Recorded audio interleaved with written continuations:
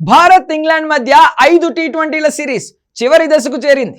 4వ టీ20లో గెలుపుతో సిరీస్ కైవసం చేసుకున్న భారత్ 3-1 ఆధిక్యంలో ఉంది. ఇప్పుడు ముంబై వేదికగా జరిగే చివరి మ్యాచ్లోనూ గెలిచి సిరీస్ను ఘనంగా ముగించాలని భావిస్తోంది.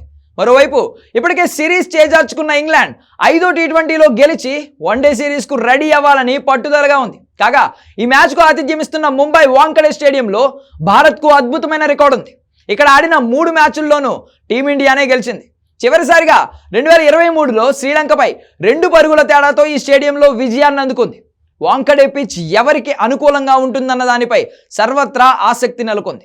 సహజంగానే వాంఖడే పిచ్ బ్యాటర్లకు సహకరిస్తుంది. ఇక్కడ చేజింగ్ టీమ్స్ ఎక్కువ సార్లు విజయం సాధించాయి. ఓవరాల్గా 8 అంతర్జాతీయ మ్యాచ్లలో 3 సార్లు మొదట బ్యాటింగ్ చేసిన జట్లు గెలిస్తే 5 సార్లు చేజింగ్ టీమ్స్ గెలిచాయి. భారత్ ఇంగ్లాండ్ చివరి మ్యాచ్కు కూడా ఫ్లాట్ వికెట్నే సిద్ధం చేస్తున్నారు. దీంతో ఆరంభంలో పేసర్లకు కాస్త అనుకూలించిన బంతి పాతపడే కొద్దీ ఈజీగా పరుగులు వస్తాయి. దీని ప్రకారం చూసుకుంటే టాస్ గెలిచిన జట్టు బౌలింగ్ తీసుకుంటుంది. పైగా మంచు ప్రభావం కూడా ఉంటుందని అంచనా.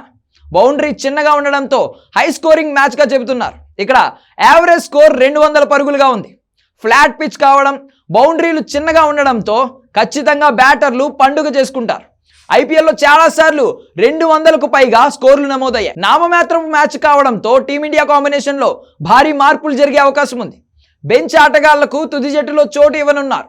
బ్యాటింగ్ విభాగంలో మార్పులు చేయకున్న బౌలింగ్ కాంబినేషన్ మారనుంది. పిచ్ పరిస్థితిని చూసుకుంటే ఆల్రౌండర్లే కీలకం కాబోతున్నారని చెప్పొచ్చు. మొత్తం మీద 2 జట్లలోనూ టీ20 హిట్టర్స్ ఉండడంతో చివరి టీ20 హోరాహోరీగా సాగడం ఖాయంగా కనిపిస్తోంది.